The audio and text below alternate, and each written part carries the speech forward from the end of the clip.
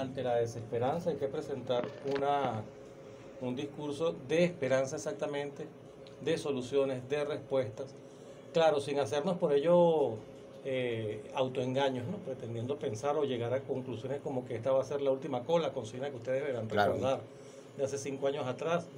O creer que, bueno, el 7 de diciembre, electa la nueva Asamblea Nacional, van a estar resueltos los problemas del país, ¿no? O sea, irresponsable, sumamente irresponsable pretender decirlo. Lo hemos planteado muchas veces también sobre el tema de las personas que han optado o prefieren no participar en el proceso electoral, que optan por el camino de la abstención.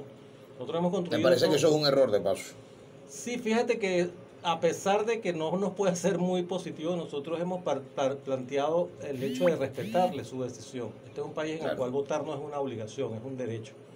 La persona está en libertad de votar o no, y es una opción válida ante todo lo que ha sucedido y el conjunto de cosas que se confrontan en el país. Nosotros lo que le proponemos a quienes están en esa situación, en esa posición, es que reflexionen y analicen la posibilidad de que el voto se convierta en un instrumento para avanzar en algunas de esas soluciones que proponemos. Insistimos, más allá de que el 7 de diciembre entonces esa nueva Asamblea Nacional apenas empezará a poder dar algunos pasos para avanzar en esas soluciones. Pero es que de antemano creemos que una nueva conformación de la Asamblea Nacional ya es un gran paso, es un paso agigantado. Es decir, una Asamblea Nacional donde no esté presidida por alguien que se autoproclamó o que fue proclamado de los Estados Unidos de Norteamérica como presidente de Venezuela. ¿Y si llega otro y se autoproclama nuevamente? Nuestro deseo es que con el voto justamente podamos impedir eso. Y por eso la propuesta de, por ejemplo, las candidaturas nuestras, de Elizabeth Romero como candidata principal y la mía como suplente, Juan Troconis, que nos acompaña en este circuito, que recordemos son 2 diputados que se eligen. En este caso específico, ¿no? Somos personas comprometidas con el hecho. Nosotros decimos claramente 2 cosas. Nosotros no compartimos las políticas económicas de este gobierno. Tenemos severas discrepancias, diferencias que nos condujeron a separarnos exactamente de esa plataforma electoral. Y ahí voy a hacer la pregunta, para que no te me vayas a adelantar, porque sé por dónde te me vas a meter. Pero pregunto yo, ¿hay 2 chavismos hoy en día en Venezuela? No, no creo, no soy de la opinión de que hayan ni 2 ni 3 chavismos. Sobre eso hay una opinión muy concreta. Nosotros nos preguntan si somos chavistas o no, y yo creo que Chávez fue el que respondió eso en su momento cuando dijo que Chávez no era él, que Chávez era un pueblo. Yo soy parte de ese pueblo. Entonces, no voy a caer en la discusión si soy chavista o si somos chavistas o si hay varios chavismos o no hay varios chavismos. Lo que sí te puedo decir es que los que son corruptos, los ineficientes, los que hipotecan el país no son chavistas. Eso sí podría decírtelo con absoluta sinceridad. No es chavismo lo que padece el pueblo cuando funcionarios que son incapaces de cumplir sus responsabilidades, sus tareas, le fallan entonces de manera sistemática. Eso no. Y una de las cosas que llama ahorita la atención, parte de lo que me ibas a decir, discrepas de la actual administración del gobierno. Claro, la posición general de la Alternativa Popular Revolucionaria es de rechazo a la política económica que ha conducido a la práctica extinción del salario de los trabajadores. Es decir, el hecho, lo que tú acabas de decir, el tema cuál es, que el pasaje es $1 o que realmente prácticamente ninguna persona en este país gane $1 al día, siendo trabajador asalariado. Probablemente quienes trabajan por cuenta propia o tienen algún emprendimiento, tendríamos que ver si logran esos ingresos. Pero un trabajador, un docente, como es mi caso, un trabajador de la administración pública, incluso del sector privado, promedia $30 de ingresos mensuales. No los promedia. Eso es evidente que está lejano de ser la posibilidad de los ingresos de un trabajador venezolano. Entonces, ese hecho concreto, nosotros decimos, bueno, el pasaje está $1, el tema es, los ingresos se compadecen con ese monto. Puedes tú realmente salir y pagar diariamente, entonces un pasaje a La Guaira. ¿Estabas ilustrando tú? Sí, estábamos hablando de los que trabajan, viven en La Guaira, trabajan en Caracas y tienen que bajar. Y lo mismo ocurre con los que están en Altos Mirandinos y tienen que bajar a Caracas y subir. Si tienen que tomar 4 autobuses, además del metro, pero se les va $1 de pasaje diario, 450.000 bolívares. Justamente de eso estamos hablando. Entonces, ¿cuál es nuestra primera gran diferencia? sobre las políticas de este gobierno, fundamentalmente, principalmente la política salarial. ¿Cuáles han sido las principales críticas que dentro del seno de las fuerzas revolucionarias están recibiendo esta opción revolucionaria de la cual ustedes están impulsando a través de este proceso de candidatura? Mira, yo puedo partir primero de un elemento que podríamos considerar subjetivo, que es la situación particular, singular mía. Yo en lo personal no he percibido ni he recibido esas críticas, por el contrario, compañeros de las distintas organizaciones y del Partido Socialista Unido de Venezuela nos han dado un trato de absoluto respeto y consideración. Esa es la realidad que nosotros podemos reportar en este circuito, la compañera Elizabeth y los compañeros que participamos en esta propuesta en este circuito. Ahora, sí es cierto que no es una situación en el país generalizada. Hay situaciones que se han vivido, despidos de trabajadores que son candidatos, que son trabajadores regulares, es decir, que no son de libre nombramiento y remoción, que fueron despedidos, situaciones de detenciones de dirigentes que también participan de las luchas campesinas y que son nuestros candidatos. Entendemos entonces que esa situación la venimos denunciando y la hemos denunciado y la continuaremos denunciando con la mayor firmeza. Pero insistimos, en el caso nuestro específicamente, no han sufrido de ese... No, por el contrario. Bueno, son compañeros con los cuales hemos participado durante muchos años de lucha y en distintos escenarios. Y hay otro tipo de cariño y de aceptación por ese tipo de trabajo, ¿no? Es probable que tenga su origen en esa... ¿Has corrido con suerte? Yo creo que hay méritos de parte y parte. Yo creo que hay méritos tanto por la conducta que hemos practicado los comunistas en los Altos Mirandinos, como la madurez de los compañeros que tienen responsabilidades hoy, en el caso del Partido Socialista Unido de Venezuela, por ejemplo. Estamos conversando con el profesor Eni Peña, es candidato suplente por el circuito número 1 por el Partido Comunista de Venezuela, acá en el eje Altos Mirandinos. Ya llegó y está con nosotros también la candidata principal, Elizabeth Romero, para ahondar más en este tema y conocer, por supuesto, sus propuestas, sus preguntas a través de nuestro programa Buenos Días. Recuerden que pueden participar a través de la mensajería de texto y a través de la conexión vía WhatsApp al 0412-309-1021. 0412-309-1021. Elizabeth, estamos en un proceso electoral atípico, una jornada única. ¿Cuál es el proceso que estás utilizando o cuál es el proceso que estás llevando a cabo para reunirte con la gente, para conocer los problemas de la gente? Tú eres de la gente, conoces el problema de la gente, padeces el problema de la gente, pero tienes que salir a decirle a la misma gente, voten este 6 de diciembre y voten por ti. ¿Cómo se come eso? Bueno, en primer lugar, buenos días a todos los usuarios y usuarias de esta estación, de Radio Vagón. Y bueno, agradecida a Carlos por la invitación que nos has hecho extensiva, de manera que podamos hacer los planteamientos de la Alternativa Popular Revolucionaria como una de las opciones que se presenta en el venidero proceso electoral del 6 de diciembre. Ciertamente, como tú lo señalas, es un proceso electoral totalmente atípico, ¿no? Que lo hemos venido viviendo desde marzo, no solamente atípico por esta coyuntura electoral, ha sido atípico para todos, incluso asumiendo lo que ahora se denomina la nueva normalidad. Dentro de eso, ciertamente el cumplimiento de las medidas de bioseguridad en atención a los protocolos de los organismos correspondientes para nosotros es prioritario. En atención de que el llevar nuestra propuesta a las y los electores del circuito de los Altos Mirandinos, bueno, no entre en contradicción con las garantías y la preservación de la salud. Entonces, sin embargo, en el acatamiento de las medidas de bioseguridad que ya todos conocemos, hemos podido ir avanzando en los términos de llevar nuestras propuestas bajo esos protocolos.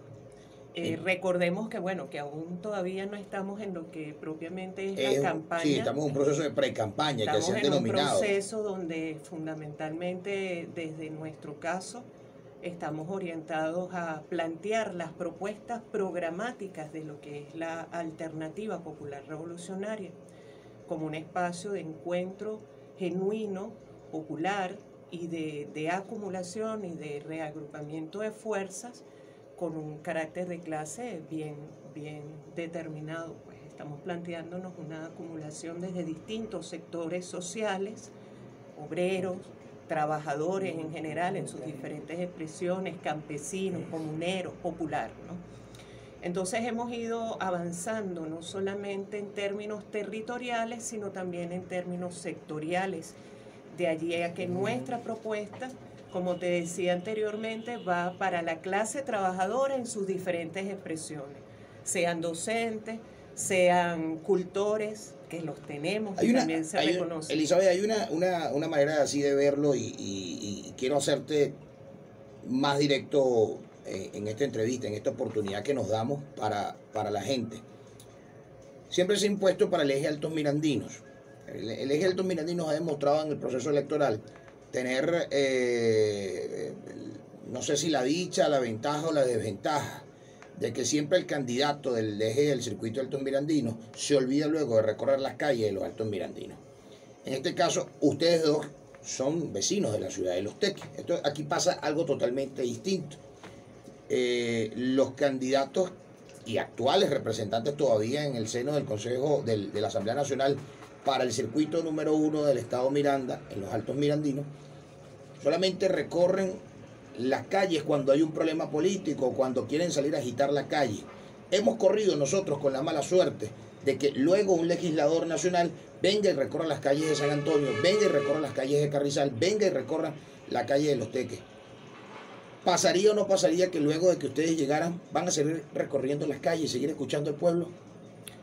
Bueno, yo creo que incluso parte de lo que me estás preguntando tiene que ver un poco de alguna manera con lo que te respondía el profesor Enis en el segmento anterior.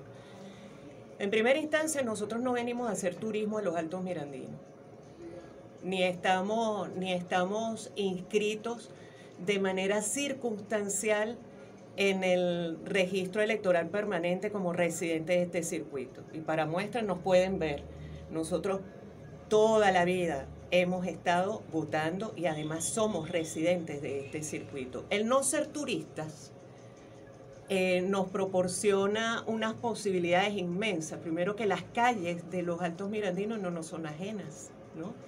Y que además a lo largo de todos estos años hemos estado en distintos espacios y al frente de distintas responsabilidades en la administración pública, en sus distintos niveles, bien sea en la gestión social, que es mi caso en lo particular, pero en el caso del profesor Enis Peña también ha estado ocupando distintos espacios y distintas responsabilidades asumidas desde la administración pública vinculadas especialmente al ámbito comunicacional y cultural.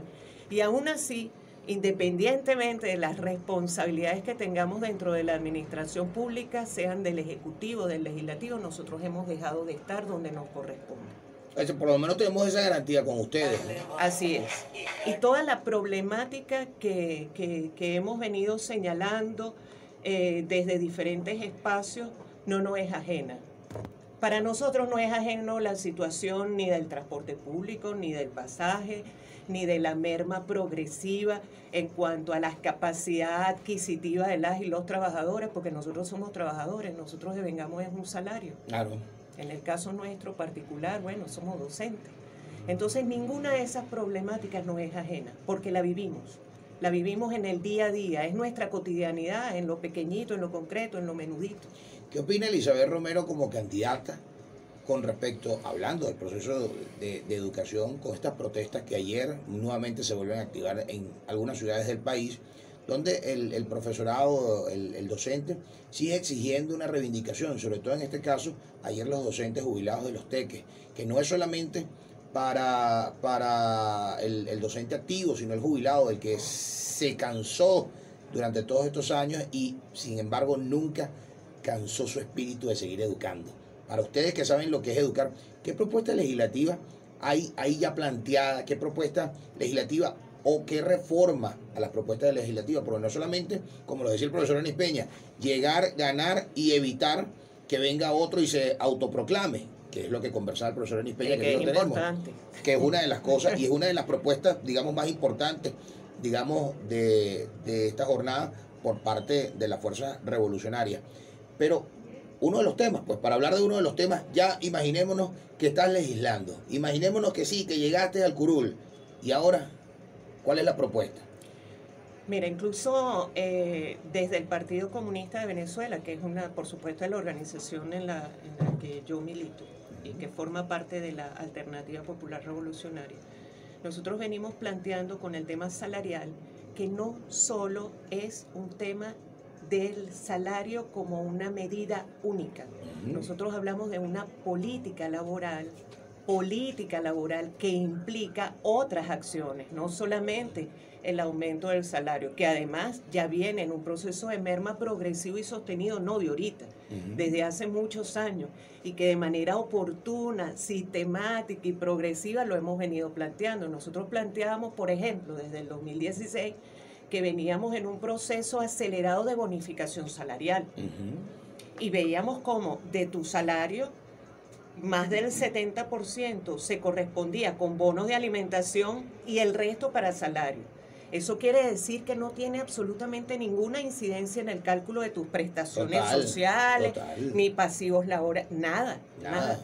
Entonces, nosotros no podemos... No estás abonando a futuro. Pues. Nosotros no somos indiferentes a esa situación. Claro, tú la sientes, tú la padeces, porque tu bolsillo la vives también, tú eres venezolana. Eso implica la concepción de una política laboral de manera integral.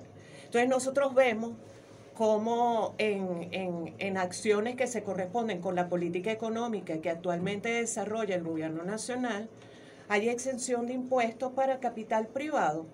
Por ejemplo. Pero el IVA sigue estando, el IVA pecha es al salario, no pecha al capital. Entonces eso nos habla de una política regresiva en términos impositivos y tributarios. Bueno, nosotros frente a eso tenemos unas propuestas, ¿ves? Claro. Bueno, estamos conversando con Elizabeth Romero, con el profesor Enis Peña, son candidatos del Partido Comunista de Venezuela. Algo que siempre voy a conversar y algo que cualquiera de los dos puede responder, voy a ponerlo aquí en medio y ustedes deciden quién va a responder. A quienes después vean esta entrevista van a saber, ¿ah? Porque recuerden que esta entrevista está siendo grabada y va a ser proyectada también a través de nuestra cuenta en Instagram, @enlaceRB. Este es nuestro programa Buenos Días por la señal de Enlace RB 102.1 FM y 103.5 FM en La Guaira. No solamente estamos llegando a los Altos Mirandinos, sino también a la Gran Caracas. Importante, hay un satanismo general en muchos aspectos de los que son nini y los que son opositores. Con respecto cuando escuchan la palabra comunista, Partido Comunista de Venezuela. ¿Cómo en una cómo en una era como esta, donde vivimos llenos de tecnología, donde no nos pueden vender algo que nos vayan a tapar con una venda o con un dedo la luz del sol, cómo poder quitar esa venda ahorita a través de este micrófono y decirle a la gente, ya va, con comunismo o sin comunismo, el hecho de la palabra, el término, la filosofía, y en la actualidad cómo se digiere esa palabra comunista dentro del seno de los venezolanos, que durante 20 años han estado recibiendo una campaña constante sobre este término, sobre Cuba, sobre lo que representa o lo que representó la administración Castro, y sobre lo que han sido los vínculos con Venezuela. Quizás me he ido a muchas profundidades, pero es importante en este momento donde no solamente le estamos llegando al que es revolucionario, sino al que dice, no, ya va, un momentico, esto es más de lo mismo, no, ya va, un momentico, yo no lo quiero a ellos, pero es que estamos haciendo radio para todos y tú vas a legislar, o ustedes van a legislar en caso de llegar, no para un sector, sino para todos. Abiertos los micrófonos. Bueno, yo sabía, Elizabeth. Miren, primero hay dos reflexiones. Una es que del Partido Comunista y de los comunistas con frecuencia se sabe más por lo que dicen otros que por lo que dice el propio partido o lo que decimos nosotros, ¿no? Es decir, más la caracterización que hacen otros, como tú dices, de satanización exactamente. Pero lo más importante es entender que la Alternativa Popular Revolucionaria y esta propuesta electoral que se presenta hoy no es únicamente de militantes comunistas. Participamos militantes comunistas, pero te acababa de ilustrar en el caso de este municipio, por ejemplo, en este circuito, además de Elizabeth Romero, que es la candidata principal, y mi persona como suplente en esa fórmula, está también el compañero Juan Troponi, que no es militante del Partido Comunista, y es acompañado por la compañera Elizabeth, ¿se me ayuda con el nombre de...? Gregoria Yepes, que va como su suplente, que no son militantes del Partido Comunista. No quisiéramos tampoco que la interpretación de la gente que va a votar con esa tarjeta, que pueda animarse a votar con esa tarjeta, no sea la justa, precisa y exacta. Es decir, ahí hay una participación, más del 60% de los candidatos no son militantes del Partido Comunista, son militantes de distintas organizaciones sociales, de movimientos de distinta índole, corrientes de otras organizaciones que se vieron en la necesidad de participar en esta plataforma electoral en la tarjeta del PCB. Entonces, en este caso, la tarjeta electoral del PCB es eso, una tarjeta que se ha prestado, se ha abierto a la participación de una diversidad de sectores. Si traes a otro entrevistado, te vas a encontrar con que los discursos varían importantemente. Claro. Porque las opiniones son diversas. En este caso tenemos una diversidad de opiniones, claro, en el seno de la APR y por ende de los candidatos que están ahí.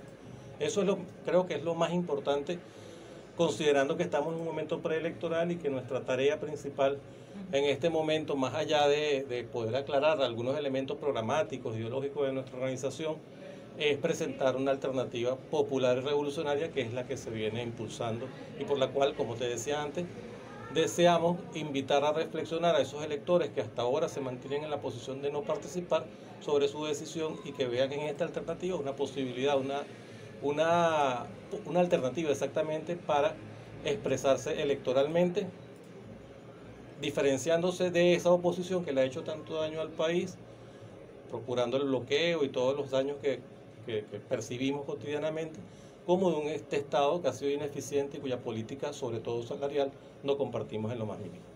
Profesor Enis Peña y profesora Elizabeth Romero, candidato principal y candidato suplente por el Partido Comunista de Venezuela para el circuito número 1 de los Altos Mirandinos, en vivo a través del enlace RB 102.1 FM y 103.5 FM. Elizabeth, ¿qué pasa cuando llegamos a San Antonio de los Altos? ¿Qué pasa cuando llegamos al municipio de Carrizal, que todavía ahí hay una condición diferente con respecto a la condición que se siente en el municipio de Los Teques? Bien es conocido, para hablarnos claritos y sin medias tintas, Los Teques es catalogado como chavista, es más fácil entrarle a la gente. En cambio en San Antonio quizás no tanto. ¿Le han entrompado a San Antonio? ¿Se han reunido con vecinos de San Antonio o todavía están allí suavecitos viendo a ver cómo van a manejar la cosa? Nosotros, como bien lo señalabas tú anteriormente, nosotros nos proponemos legislar para todo el pueblo, ¿no?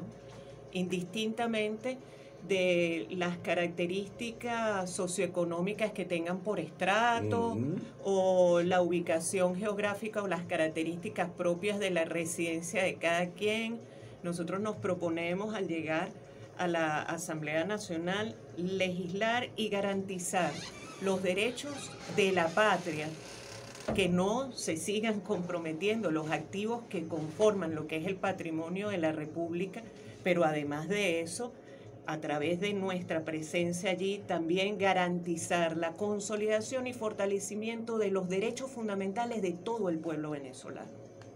En atención a eso, nuestra propuesta no está exenta absolutamente a ningún estrato socioeconómico y a ninguna caracterización, por más que territorialmente, obviamente, claro, en atención a la composición y algunos indicadores sociales y económicos, bueno, conseguimos el acceso a diferentes bienes de distinta forma en todo lo que es el circuito de los Altos Mirandinos. Pero no solamente en cuanto al circuito de los Altos Mirandinos, eso obedece también una caracterización socioeconómica que tiene el Estado Miranda.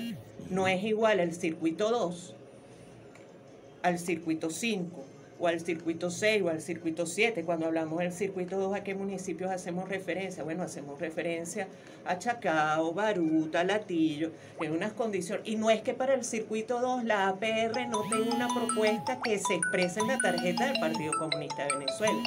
Y además, un poco retomando el planteamiento anterior, se refleja la intencionalidad del voto de varias organizaciones políticas, sociales, que vienen del movimiento popular en la tarjeta, en esta oportunidad, el 6 de diciembre, en la tarjeta del Partido Comunista de Venezuela, no porque sea una decisión de las y los comunistas de este país, sino que también entra en correspondencia con algunas decisiones que se han asumido desde el Tribunal Supremo de Justicia, donde las otras organizaciones político-partidistas que formaban parte de la APR han encontrado en la tarjeta del Partido Comunista una expresión genuina también en atención a los propósitos que tiene la Alternativa Popular Revolucionaria como un espacio de alianza amplia, no excluyente, han conseguido una expresión válida. Y un espacio donde participar. Así es, así es. De todas maneras, fíjate una cosa, Carlos, que bueno, me voy a permitir ahí. Dígalo, aprovecha el micrófono, claro. Pero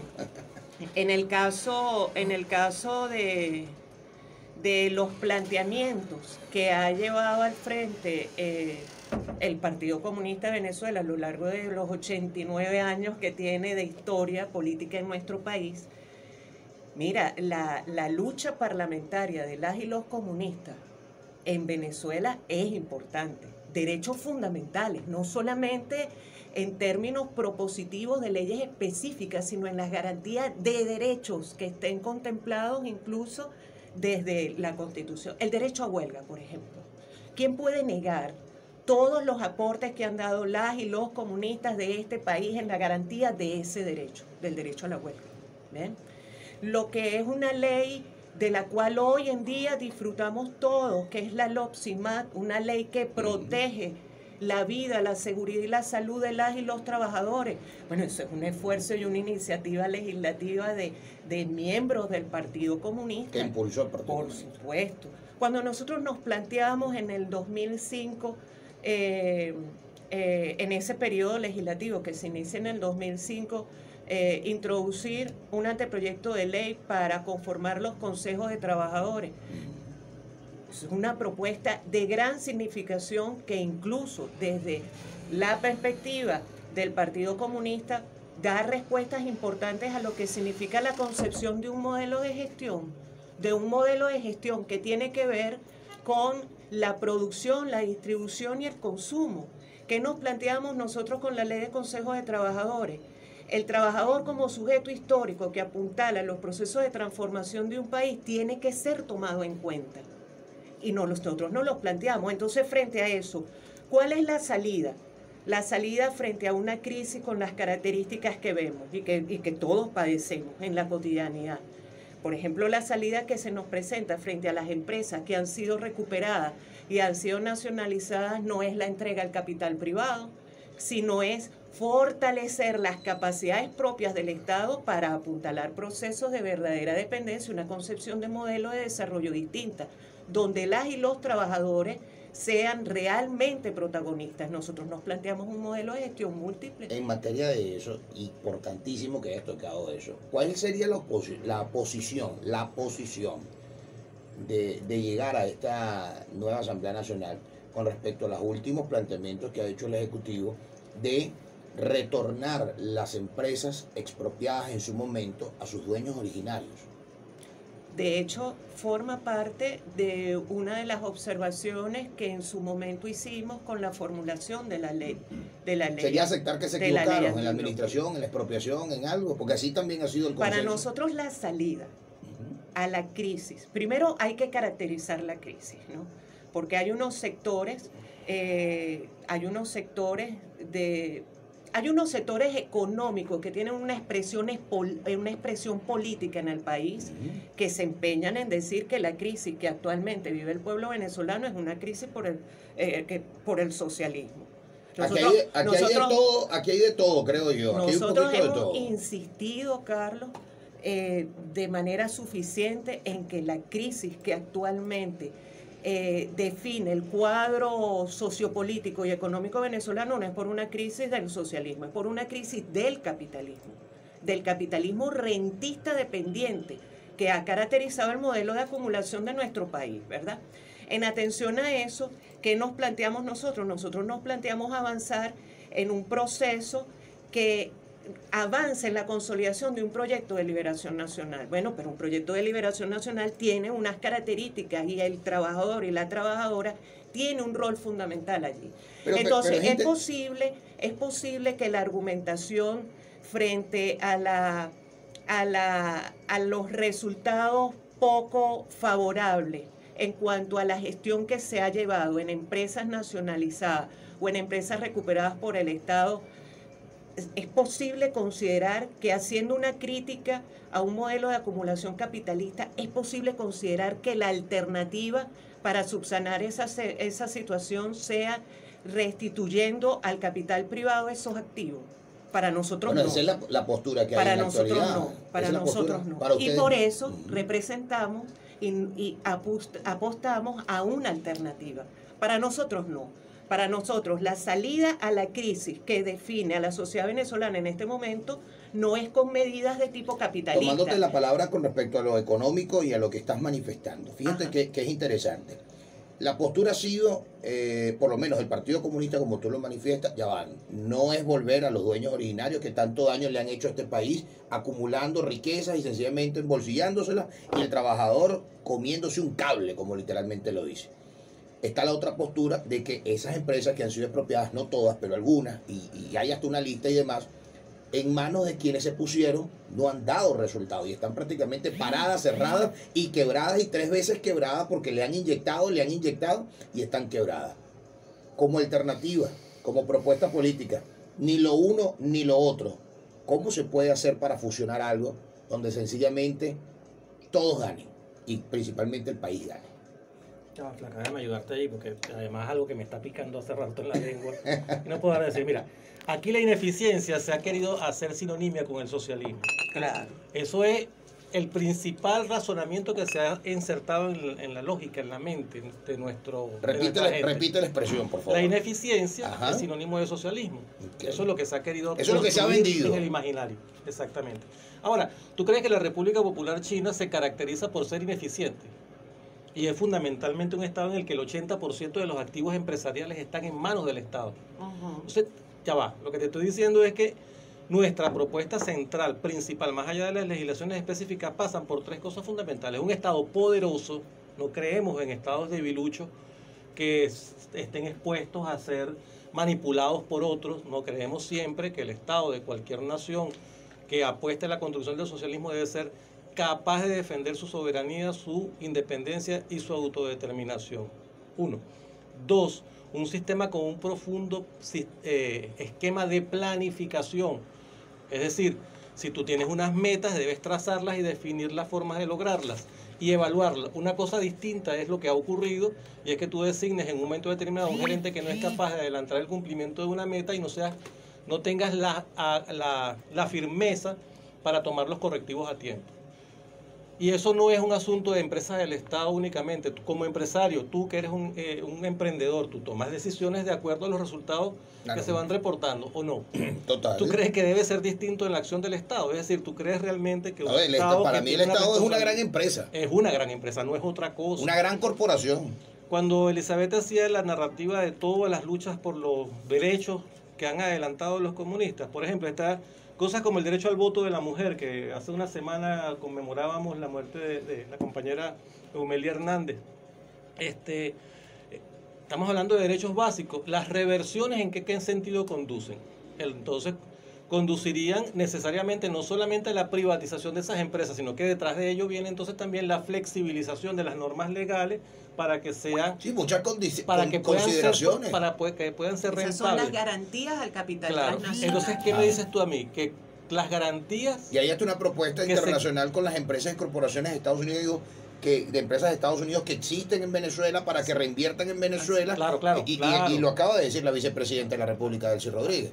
Ahí tenemos, insisto, y bueno, podemos mencionar hoy felizmente la victoria del pueblo boliviano en ese resultado electoral que demostró, dice tantas verdades al mismo tiempo.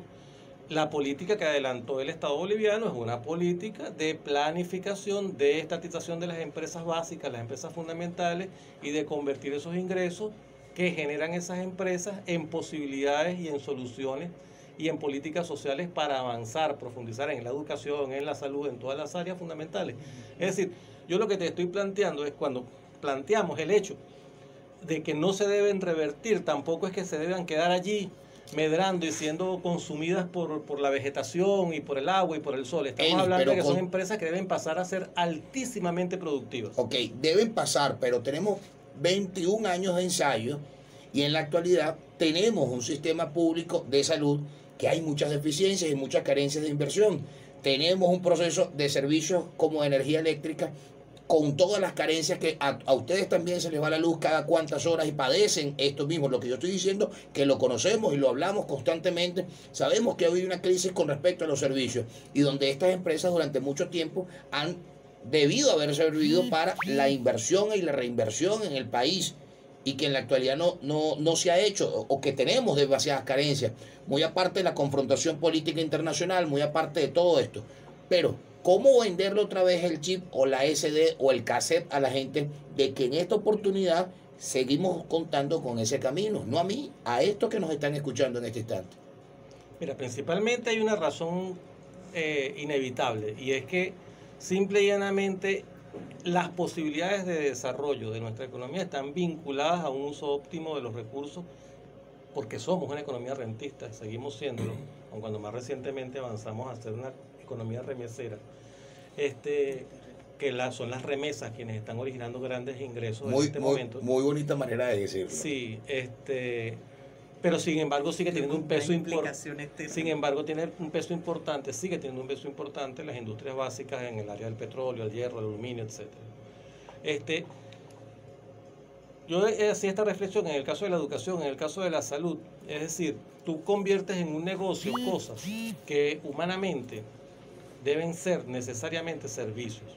Claro. En el caso de la salud, por ejemplo, tú me dices a mí, bueno, tú puedes tener un servicio privado y puede funcionar mucho mejor que un servicio público.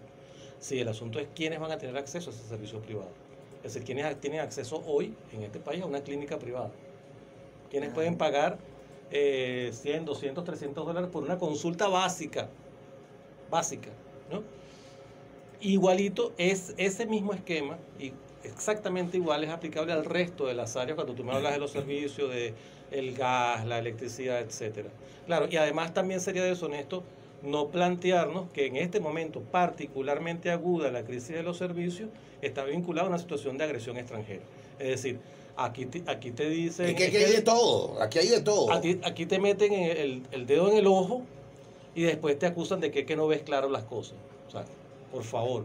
O sea, si tú has generado una política y una acción sistemática de bloqueo en el cual el gobierno no puede adquirir ni siquiera repuestos elementalísimos para poder mantener en funcionamiento buena parte de la plataforma. De la gasolina, por ejemplo. Conocido además por todos nosotros el tema de la gasolina. Los repuestos para corporaciones. Ojo, esto es tan una realidad, y sería egoísta no decirlo, sería simplista además no decirlo, es una realidad la agresión tan real, tan concreta, como la denuncia que hacemos sobre la ineficiencia.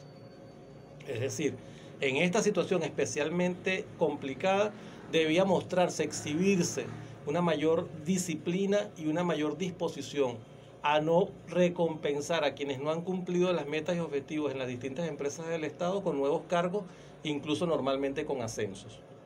Elizabeth, creo que ibas a decir. Sí, le pica la lengua, Elizabeth, creo que... Sí, no, porque además el tema de la ineficiencia a veces se asocia con una condición individual. No, es que fulanito de tal...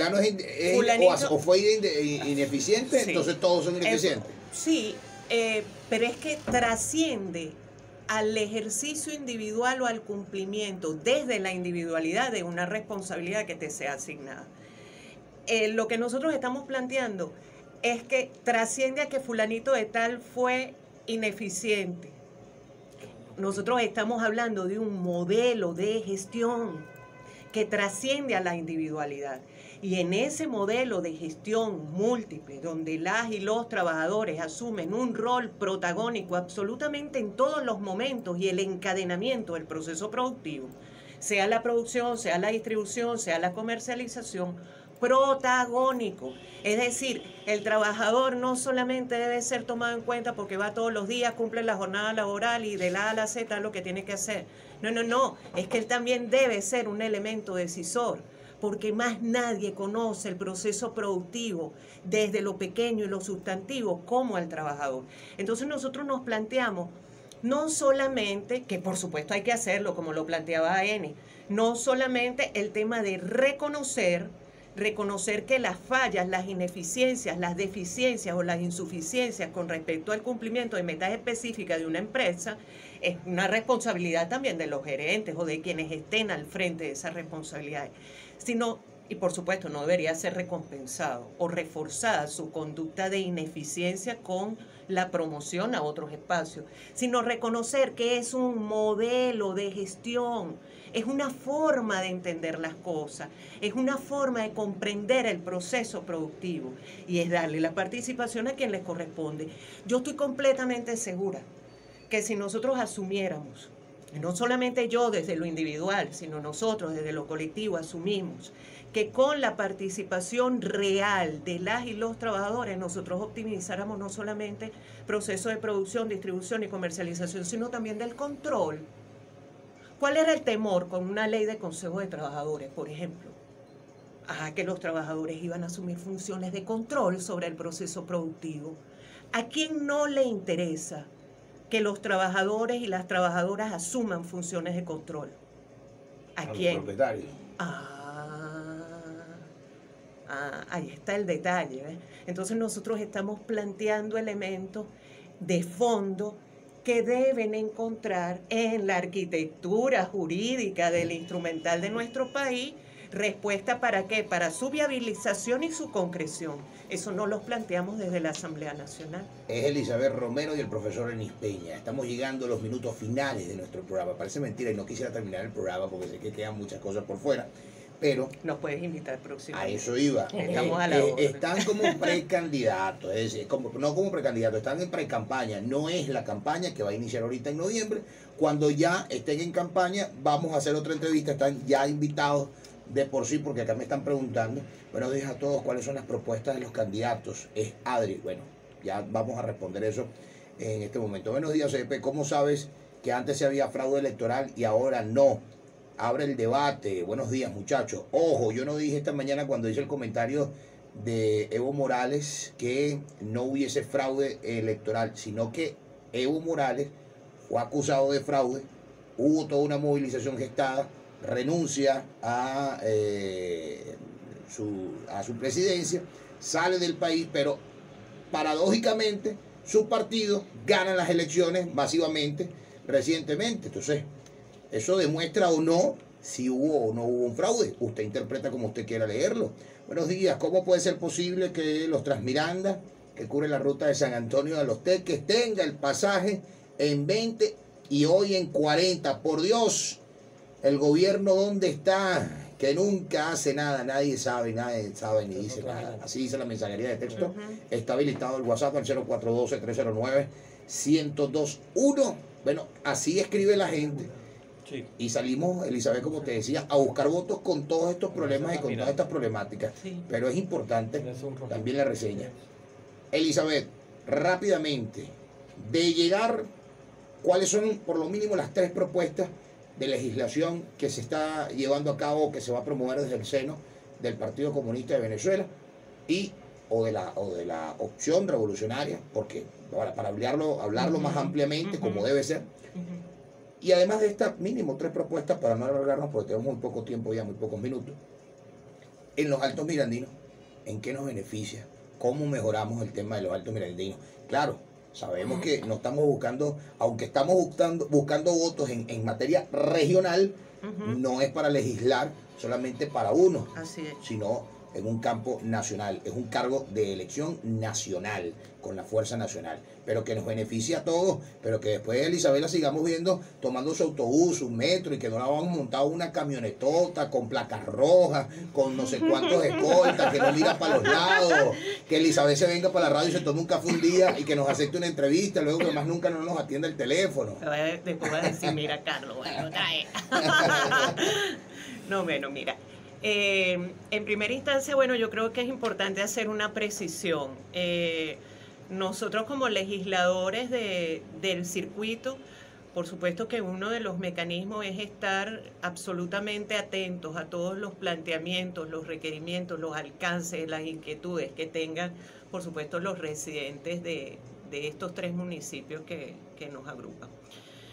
Pero no hay que perder de vista que cuando nosotros hablamos de, por ejemplo, la situación de los servicios públicos, que tú lo has mencionado en varias oportunidades, el tema de la situación eléctrica y todo lo demás. Bueno, eso es una situación que no es exclusiva nuestra, porque es una situación que obedece lo que ha sido la merma en la calidad de los servicios públicos que estamos ofreciendo actualmente. Bueno, se han visto de manera significativa interrumpidos. Nosotros, por ejemplo, separando también las competencias, que yo creo que es importante, ¿no? Porque hay un alcance de competencias que está directamente vinculado a lo que son las funciones del Poder Ejecutivo, y el otro alcance que tiene que ver con las funciones y las responsabilidades que asumimos desde la Asamblea Nacional.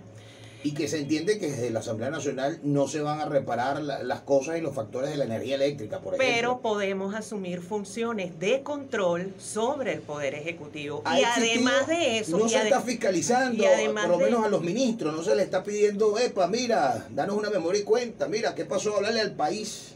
Pues hay que hacerlo y nosotros estamos obligados a hacer todo lo que esté al alcance desde un poder legislativo que tiene una función de control, pero no solamente la función de control, sino además de la función de control sobre, por ejemplo, los servicios públicos, para tomarte ese ejemplo, nosotros también desde la Asamblea Nacional estamos llamados a estar alertas y a asumir la instrumentación jurídica que protege los activos y el patrimonio de la nación. El oro que tenemos afuera, que está en reclamación. Nosotros, por ejemplo, en décadas, bueno, no tan recientes, ¿no? Pero por lo menos en los 80 y los 90, nosotros veíamos cómo progresivamente se asumía un proceso de desaceleración en cuanto a la inversión de algunos servicios fundamentales, y después venían los discursos privatizadores.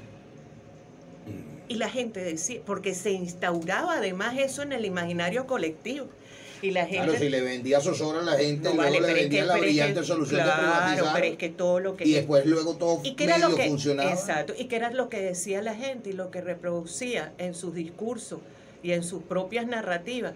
No, pero es que todo lo que administra el Estado es malo.